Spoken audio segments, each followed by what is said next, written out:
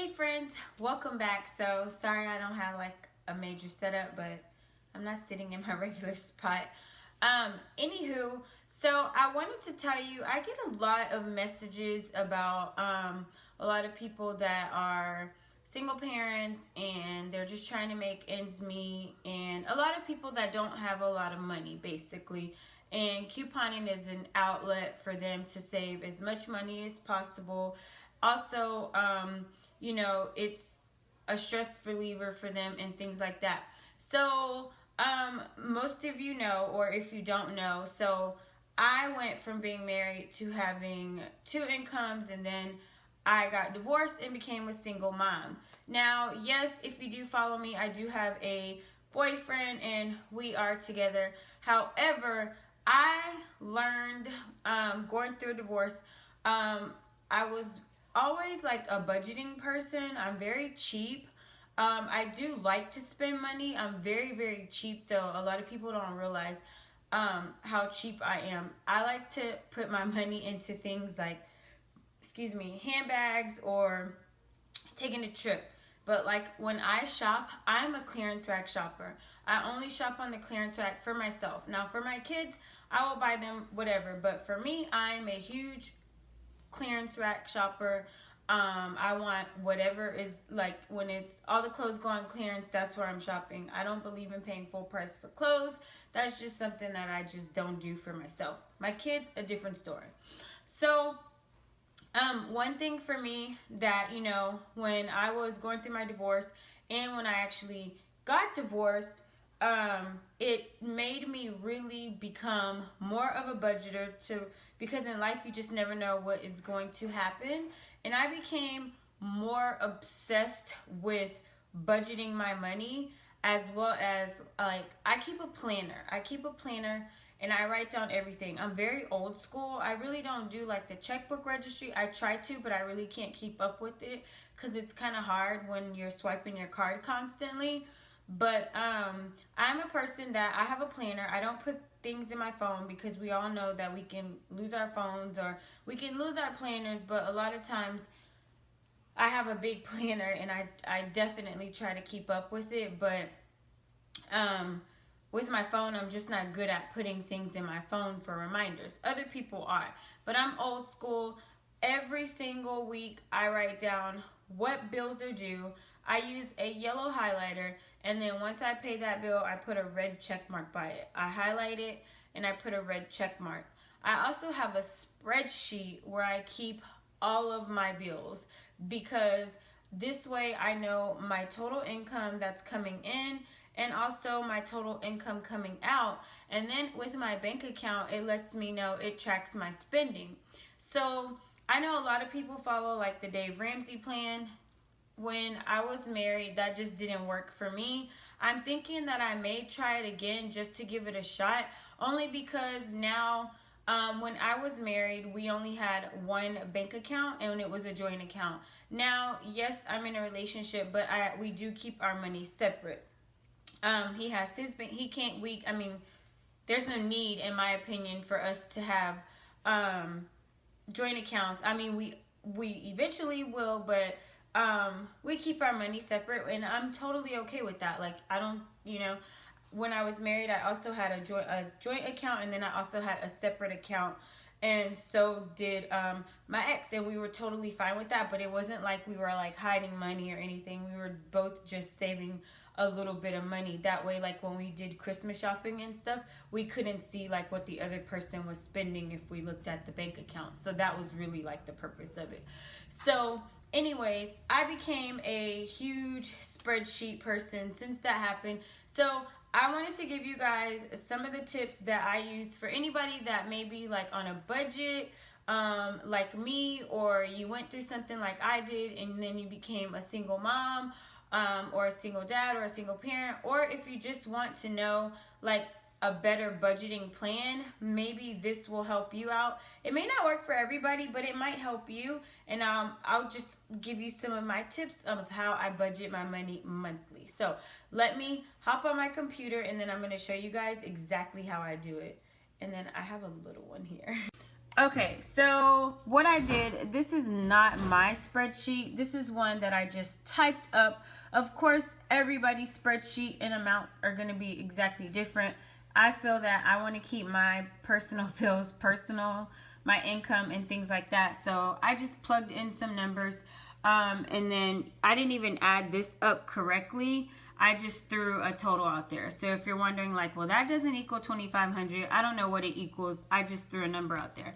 So one thing for me, so what I do is I have a spreadsheet that looks similar to this. Now, I went from having a mortgage to I pay rent. I used to own a home and now I am a renter. So you throw in how much you're going to pay for your house. You're going to list all of your bills here, okay? And I mean everything.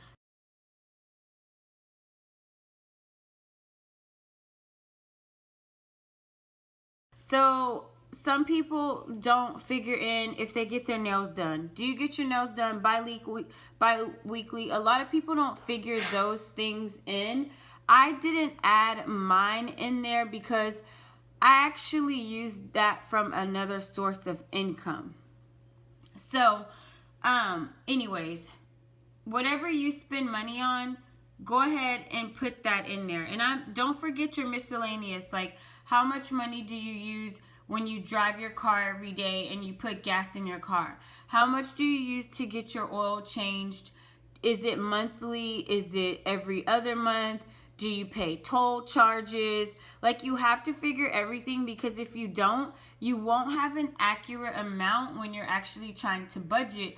Because what you'll do is you'll add this up and then you'll say like, oh, well, I should have $300 left over a month.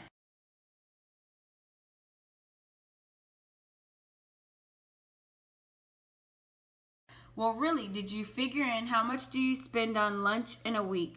When you go to work, do you stop by the drive-thru? Do you eat in the cafeteria for breakfast and lunch? Things like that. So I have a spreadsheet right here. So I am fortunate for me that my car insurance, I pay it off every 6 months. That was something that I never did before, but I was able to do that, and I actually love that idea, because that is money that I am saving every single month that I don't have to pay.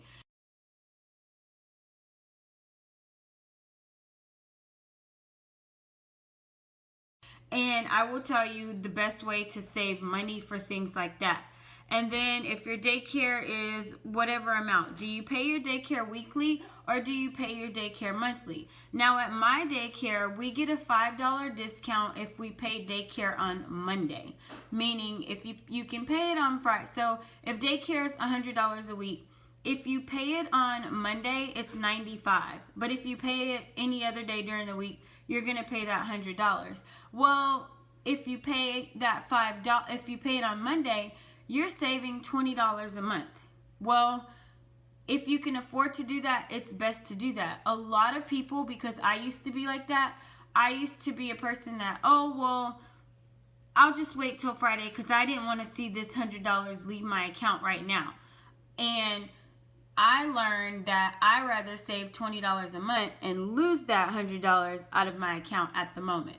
So, do you have discounts like that? And then don't forget to put your electricity, your water, your cell phone.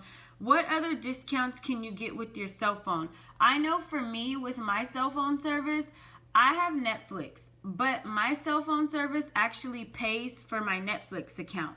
So if you don't know if your cell phone company is offering something like that, definitely ask them, because Netflix is another thing that some people may not remember to figure into their monthly bills, because they're like, oh, well, I didn't think about Netflix, but it does come out of your account monthly. Don't forget, if you use like Apple Music, I know I pay $5.40 for my Apple Music, but that is something that I like having, and the luxury of not having to listen to commercials in the car when I'm driving. So don't forget to add those things like that. And then you're going to have like your gas bill that's in your home, your cable internet. Now, a lot of people, like for me, I have a bundle, cable, internet, phone, things like that.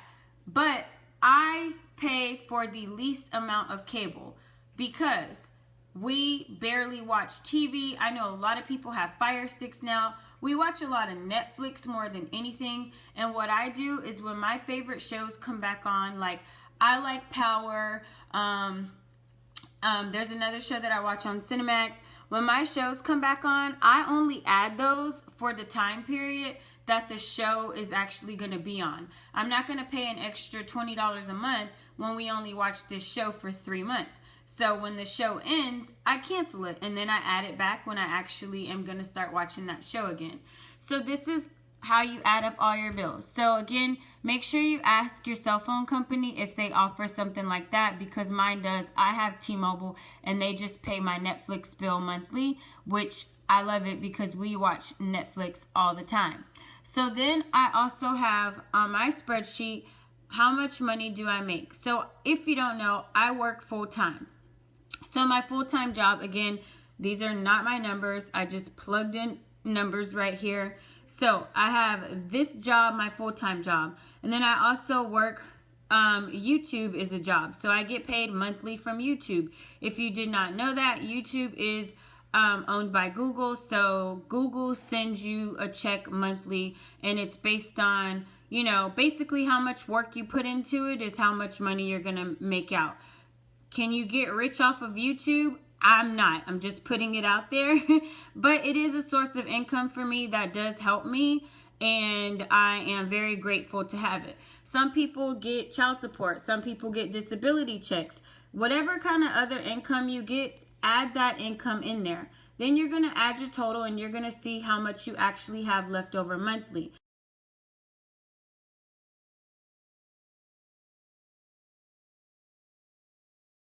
All right, so if you feel like you have a lot of money left over monthly, you need to go back. If you're not actually saving this money, you need to go back, look at your bank account on your phone and see what you swipe your card for that you forgot to add in. A lot of people don't realize what they don't feel like they spend money on, but if you're doing it monthly, you need to add that into your income.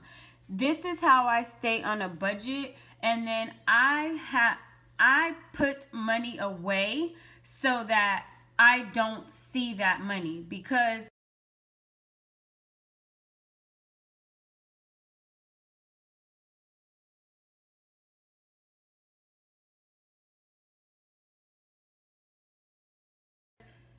if you're looking at it, it's there, you may want to spend it. But for me, I'm frugal, I'm very cheap, and going through a divorce and things like that, you just never know what could happen.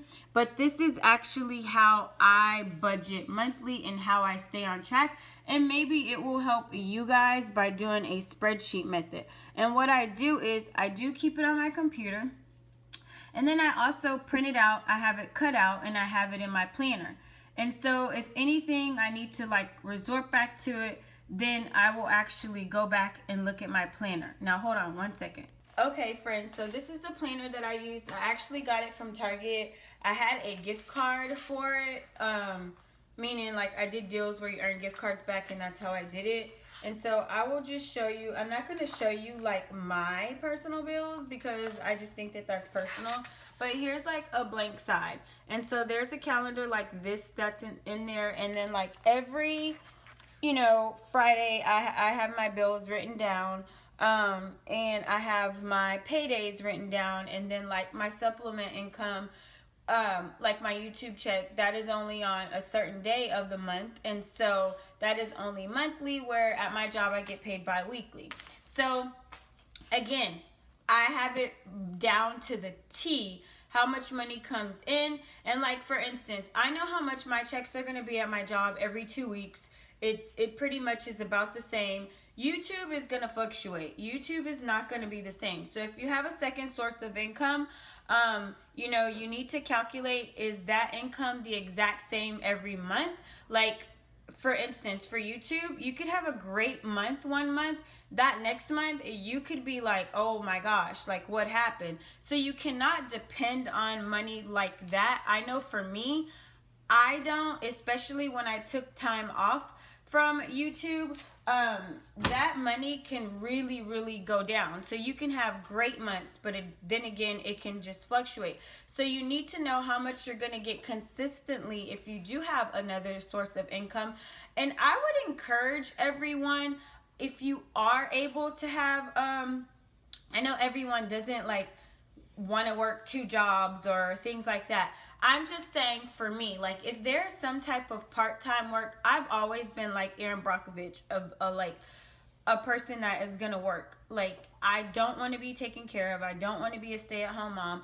This is not knocking anybody that does that, because kudos to you guys that do that. That is a job. It's just not something that I like to do. I love my children more than anything, but I actually like to work, and I just like to work. I've always worked since I was younger, so I just like to work. So, and also another thing, like, for me, at my job, I get free healthcare insurance. I work for the state, and I'm very fortunate. Like, I don't pay for healthcare, so that doesn't come out of my job. But also figure in, like, you know, if you're paying separately for healthcare, I know a lot of people do, because they can't afford it or they don't get it at their job. So, you know, take into consideration what you spend for that monthly. And I encourage people to, like, people that ask me, like friends or anybody, like, if you have an opportunity to pick up some extra work and you're not doing anything, or like a little part-time job, I will tell you guys, people probably don't even know this about me. I worked at Walmart part-time, not because I had to, but because I wanted to. This was a few years ago, and I was actually doing YouTube when I worked at Walmart. I worked at Walmart before my son was going to be a senior. And why did I do it? Because I knew how much money it was going to take for senior expenses. And not that we couldn't afford it, but it was like I had extra time. And oh man, it was a big discussion in my household when I was married. Like, why are you gonna work at Walmart? And I was like, because I want to work extra job to pay for all of this stuff that I'm gonna have to pay for. If you've never had a senior, seniors are expensive. I did his pictures, but you have, you know, like all of their senior activities, their cap and gown, paying for, I had a big dinner for my son, which was expensive. It was like $2,000 at a restaurant.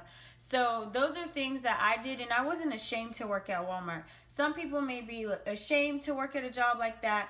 I had a full-time job with making good money, but I still wanted to pick up an extra job to supplement that income so it wouldn't come out of our regular accounts. And I'm not ashamed to say that. You know, so if you can pick up an extra job like that, and that money came in handy because it was like an additional $600 or $700 a month, and I didn't do it for very long. I don't remember how long I actually worked there, but that money came in handy and took care of everything that had to be taken care of for my son. And I was like, wow, I didn't even have to use money out of our regular accounts, and I didn't mind doing it. I wasn't drained. I wasn't exhausted. I wasn't working that many hours. I think it was like 15 or 20 hours a week. I can't remember. It was so long ago. But yeah, so that was something that I did. So if you guys want to like pick up an extra job during the holidays and think about things like that, that is something that I did. Now, I know a lot of people do the Dave Ramsey. I tried it, like I said. It didn't work with having 2 people like swiping cards and things like that. It's really hard if you don't sit down with the person that you're with and you guys are living out of the envelopes. Like I said, it may be something that I might try, because right now I have my own bank account, and so I know that it works for a lot of people, but realistically, I don't know if it's something that I would like actually keep up with. I know a lot of people love it. For me, I'm kind of like an impulsive person when it comes to purchases. If it's something for my kids, like if we're in the store and they want this or something, I would be like, okay, you can have it. I do budget it, but it's like sometimes I don't say no. And then I figure in things like couponing. If you sell something from your stockpile, What do you do with that money? A lot of people sell their stockpile items. I'm not a person that I go out and buy 50,000 laundry soaps and then I sell them. I'm not knocking anybody that does that because everybody has a hustle, and I don't fault people for hustling. I just don't do it. I'm not a full-time couponer. I have a full-time job. But if you do sell your stockpile, what do you do with that money? Are you saving some of that money? Do you put it back into couponing? Put some money away. Big lesson learned for me with going through a divorce is anything can happen. You just never know, and it really taught me how to become more of a budgeter, more than I already was. Like major, big time eye opener for me. And so, like I said, and another thing I wanted to mention too is, again, like things like paying like your car insurance for 6 months. So a lot of us know, what do we look for income tax time, okay? So we're like, we get all this money. If you do get all of this money, if you have a few kids and you,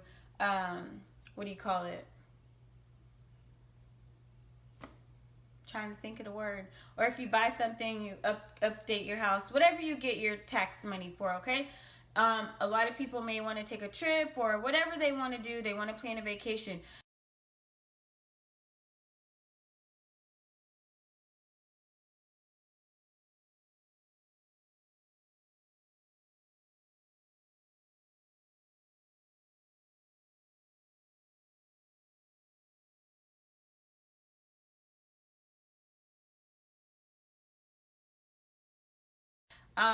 Some people pay off their bills.